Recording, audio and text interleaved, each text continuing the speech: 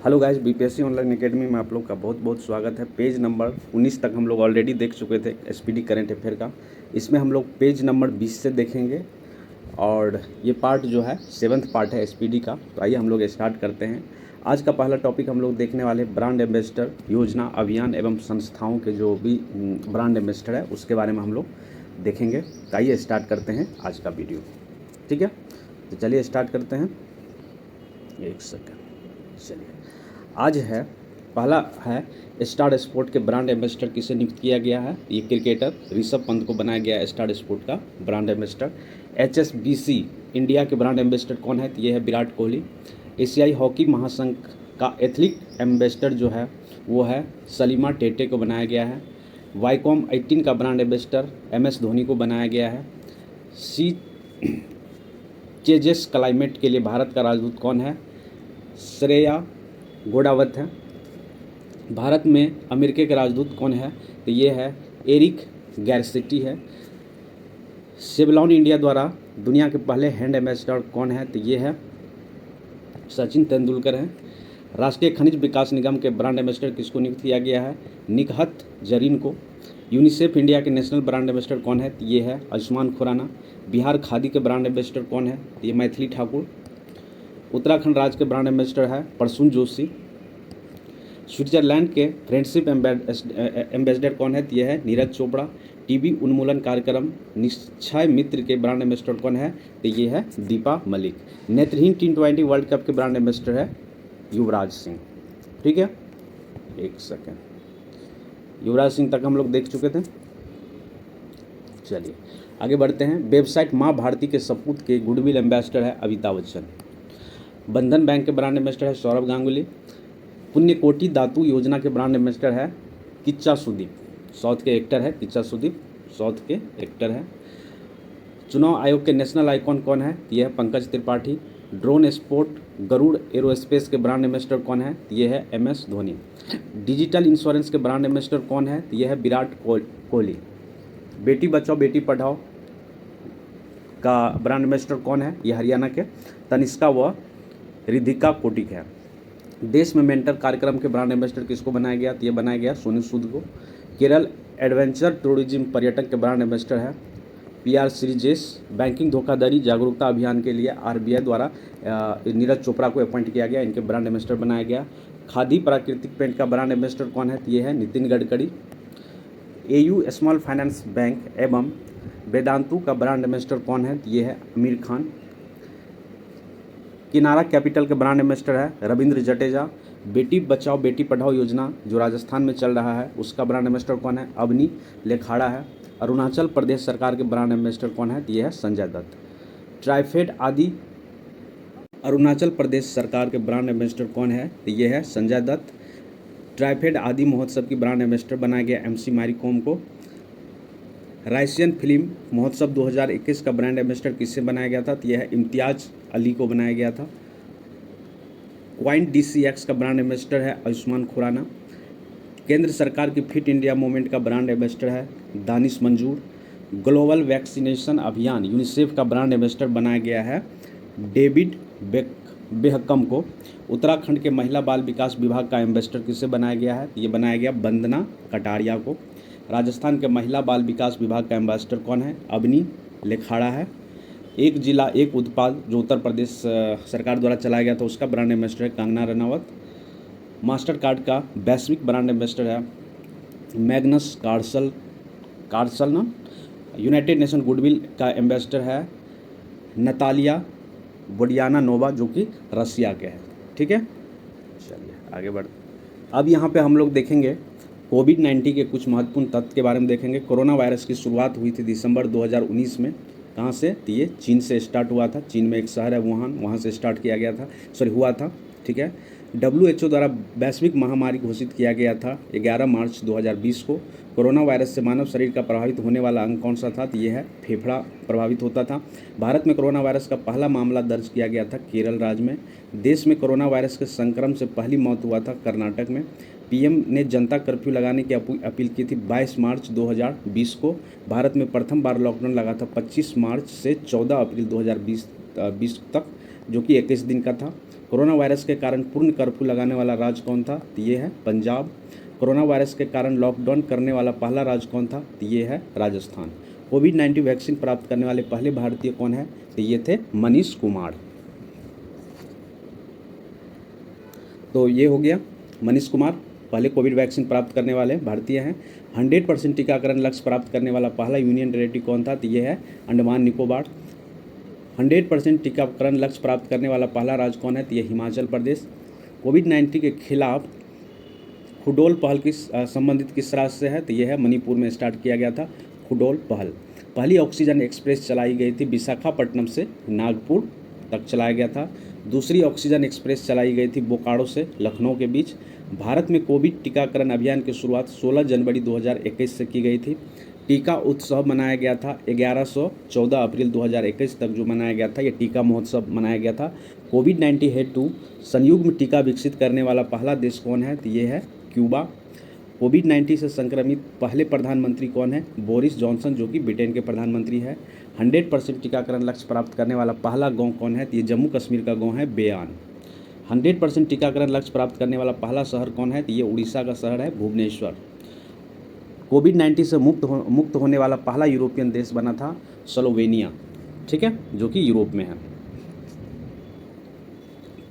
कोविड-19 vaccine निर्माता company Covax जो है, कोवैक्स वैक्सीन जो भारत बायोटेक और ICMR के द्वारा इंडिया के द्वारा बनाया गया था। कोवैक्स वैक्सीन का नाम सुने होंगे आप लोग, तो ये इंडिया के ही कंपनी बनाई थी, जो भारत बायोटेक और ICMR कंपनी दोनों मिलके।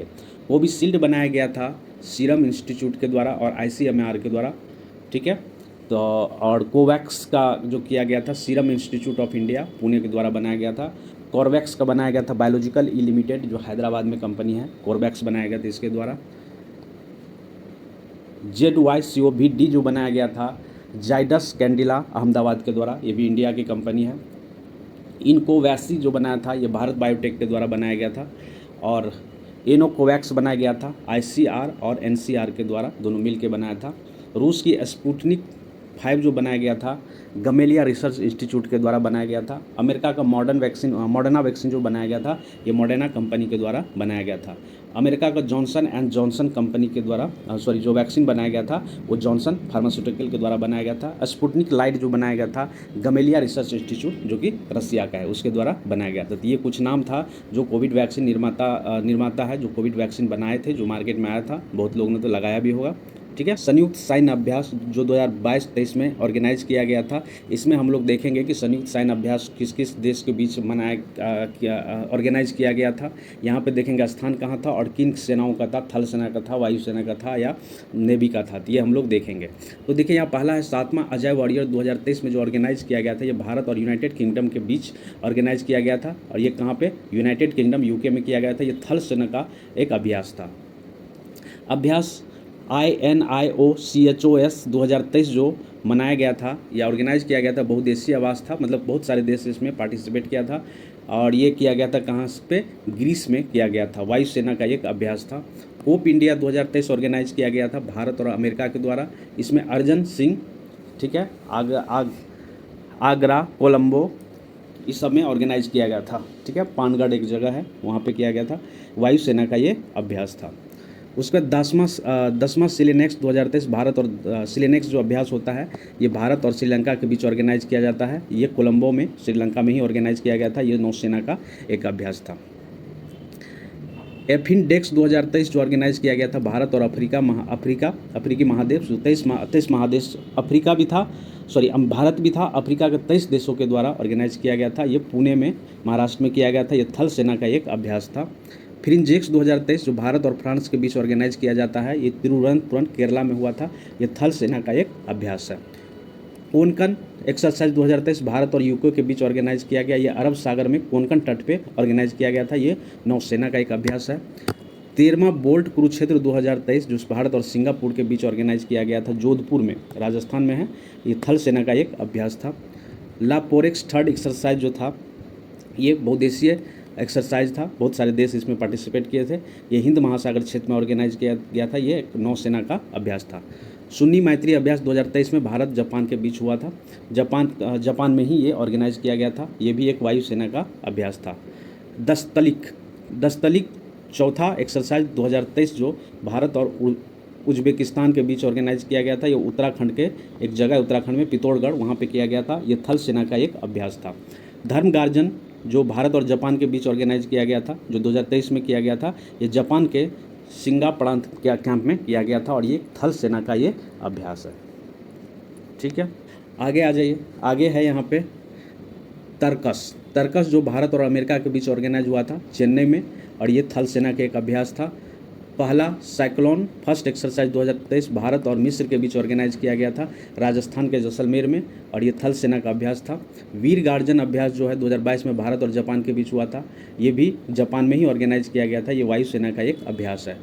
21वां वरुण अभ्यास 2023 जो फ्रांस और वरुण एक्सरसाइज जो होता है फ्रांस और भारत के बीच किया जाता है, ये पश्चिमी तट पे किया गया था अरब सागर में। ये नौसेना का एक अभ्यास है। 12वां अग्नि वॉरियर 2022 भारत और सिंगापुर के बीच हुआ था। ये महाराष्ट्र के देवलाली में ऑर्गेनाइज किया गया था। ये नौसेना का एक अभ्यास था। 7वां संगम अभ्यास 2022 में भारत अमेरिका के बीच हुआ। ये गोवा में ऑर्गेनाइज किया गया था। ये भी एक नौसेना का अभ्यास है। 6ठा कजिंद अभ्यास जो भारत और कजाकिस्तान के बीच ऑर्गेनाइज किया गया था, ये मेघालय में हुआ था और ये थल सेना का अभ्यास है। 16वां सूर्य किरण अभ्यास, देखिए सूर्य किरण अभ्यास किसके बीच होता है? भारत और नेपाल के बीच होता है। ये पड़ोसी देश है, तो ये जितने भी पड़ोसी देश का हम बोले हैं वो अच्छे से एक बार आप लोग देख लीजिएगा। तो सूर्य किरण जो है ये 16वां संस्करण था, भारत और नेपाल के बीच में हुआ था 2022 में।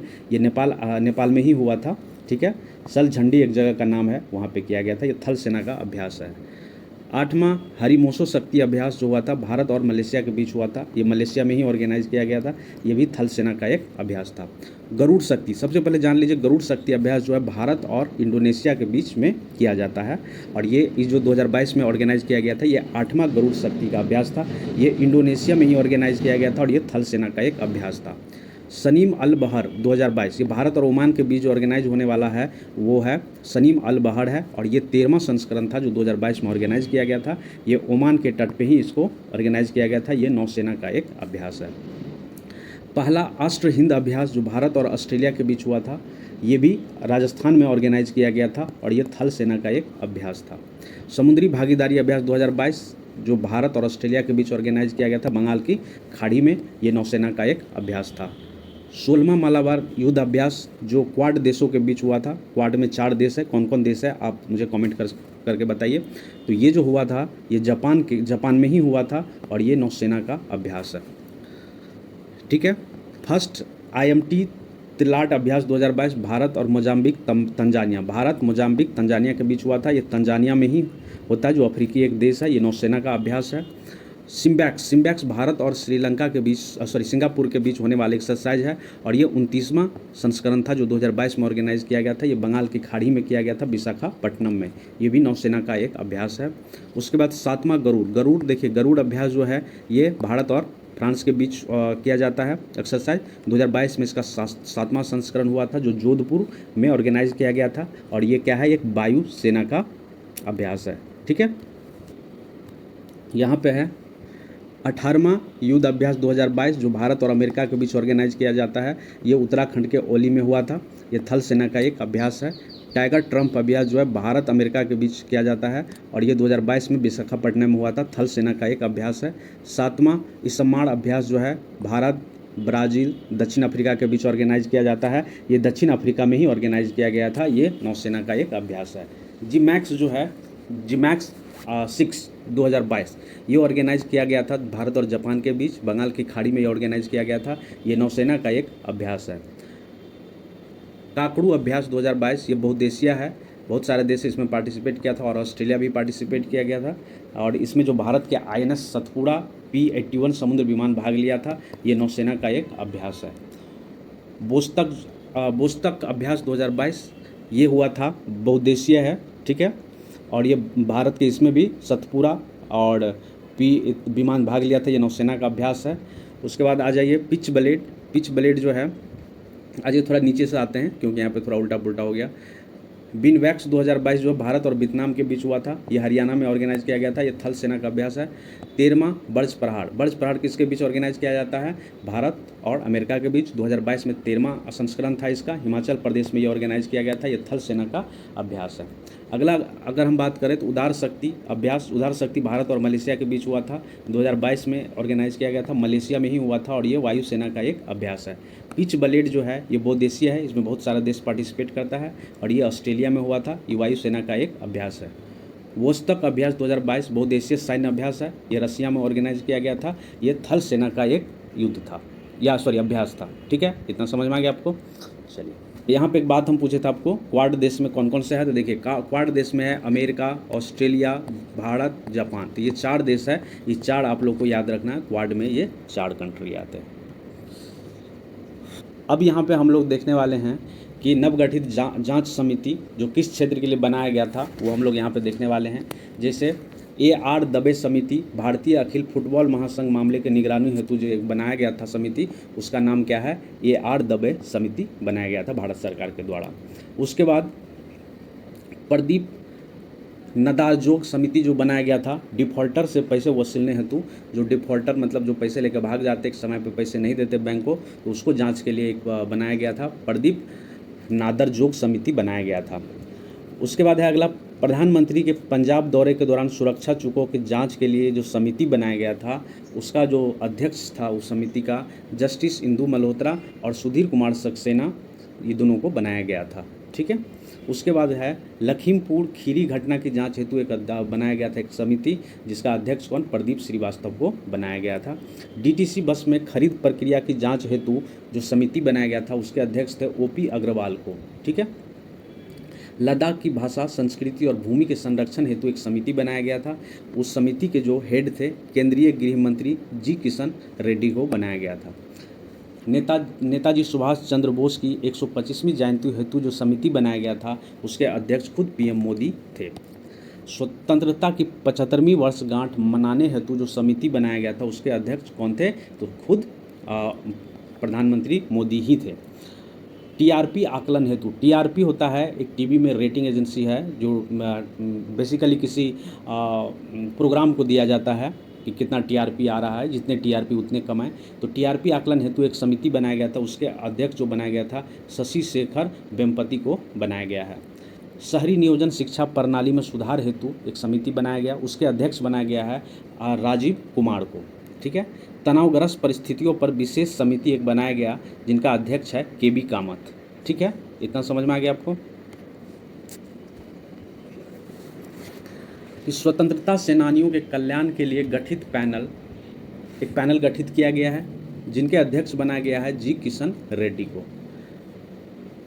पराली जलाने पर रोक संबंधी एक समिति बनाया गया है और उनके अध्यक्ष बनाया गया मदन B लोकुड़ को। कोविड-19 वैक्सीन हेतु गठित अधिकारी पैनल का अध्यक्ष है RS शर्मा को बनाया गया है। अजय भल्ला समिति भारत में आने वाले चीनी निवेशों के परीक्षण हेतु बनाया गया था। ये याद रखिएगा कि अजय भल्ला समिति जो गठित किया गया है भारत में आने वाले चीनी निवेशकों के प्रशिक्षण हेतु ये बनाया गया है। राष्ट्रीय खेल पुरस्कार 2020 चयन समिति जो बनाया गया है उनका अध्यक्ष बनाया गया है मुकंदकम शर्मा को। मानव अधिकारों पर कोविड-19 का प्रभाव का अध्ययन करने हेतु विशेष समिति का गठन किया गया है और उसके अध्यक्ष कौन है, डॉक्टर KS रेड्डी को बनाया गया है। डॉक्टर BS चौहान समिति विकास दुबे प्रकरण के न्यायिक जांच हेतु बनाया गया है। जो ये विकास दुबे सुने होंगे, कुछ इनकाउंटर हुआ है उत्तर प्रदेश में कुछ दिन पहले, 1 साल लगभग पहले, तो किसको बनाया गया है, तो ये मतलब कौन सा समिति गठन किया इसके लिए, डॉक्टर BS चौहान समिति बनाया गया। ड्रग रेगुलेटरी सिस्टम सुधार समिति जो बनाया गया है उसके अध्यक्ष है राजेश भूषण जी को बनाया गया है। राष्ट्रीय शिक्षा नीति 2020 का जो अध्यक्ष बनाया गया है ये डॉक्टर K कस्तूरी रंजन को बनाया गया है। EGOM मंत्रियों का समूह गठित, आयुध निर्माण बोर्ड के निगमीकरण के निगरानी हेतु एक बनाया है, मंत्रियों का एक समूह बनाया है जिसके अध्यक्षता कौन करेंगे, तो ये करेंगे राजनाथ सिंह के द्वारा किया जाएगा। ठीक है, SCL दास समिति ये क्या करेंगे, असम में ऑयल इंडिया लिमिटेड के एक कुएं में हुए विस्फोट की जांच करने के लिए बनाया गया है। ठीक है, ये क्या करेंगे, SCL दास समिति असम के ऑयल इंडिया कुएं में जो एक बार विस्फोट हुआ था उसी की जांच के लिए बनाया गया है। प्रवन्नन सेन समिति बनाया गया, सरकारी आंकड़ों में राजनीतिक हस्तक्षेप को रोकने के लिए ये बनाया गया प्रणव सेन समिति। KB कामत समिति बनाया गया है, कोविड-19 संबंधित तनावग्रस्त परिस्थितियों के समाधान के लिए वित्तीय मापदंड का सुझाव देने के लिए ये समिति बनाया गया है। महिर शाह समिति जो बनाया गया, राष्ट्रीय जल नीति मसौदा तैयार करने के लिए बनाया गया है महिर शाह समिति को। सुरजीत भल्ला समिति बनाया गया है व्यापार वाणिज्य से संबंधित नीति निर्माण हेतु। अमिताभ कांत समिति जो बनाया गया है ट्रेन को निजीकरण क्षेत्र में देने हेतु जो एक समिति बनाया गया है तो वो है अमिताभ कांत समिति है। किरण रिजिजू समिति बनाया गया है 2020 और 2024 में ओलंपिक की तैयारी हेतु ये बनाया गया है। ठीक है, करेंगे कि नई शिक्षा नीति जो 2020 में आया था उसके बारे में हम लोग यहाँ पे बात करेंगे। तो 29 जुलाई 2020 को मानव संसाधन विकास मंत्री रमेश पोखरियाल निशंक के द्वारा शिक्षा नीति की घोषणा की गई थी। ठीक है, नई शिक्षा नीति के निर्माण के लिए इसके प्रमुख जो थे वो कौन थे? के कस्तूरी रंजन की अध्यक्षता में विशेषज्ञों की एक समिति ने मई 2019 को राष्ट्रीय शिक्षा नीति 2020 का मसौदा तैयार किया गया है। नई शिक्षा नीति के तहत वर्तमान में सक्रिय है अभी जो 10वीं के बाद 10+2 के शैक्षिक मॉडल के स्थान पर जो अब लागू किया जाएगा 5+3+3+4 5+3+3+4 मॉडल तैयार किया जाएगा। केंद्र सरकार की नई शिक्षा नीति 2020 को प्री प्राइमरी स्तर पर लागू करने का प्रथम राज्य है वो कौन है?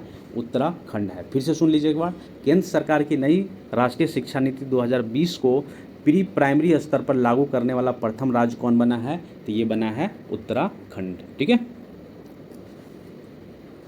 अब यहाँ पे हम लोग बात करने वाले हैं कि धारा 370 तथा 335A समाप्त करने के कुछ तथ्य देखेंगे हम लोग। तो 11 अगस्त 2019 को जम्मू कश्मीर राज्य का विशेष दर्जा समाप्त कर धारा 370 335A को हटा दिया गया है।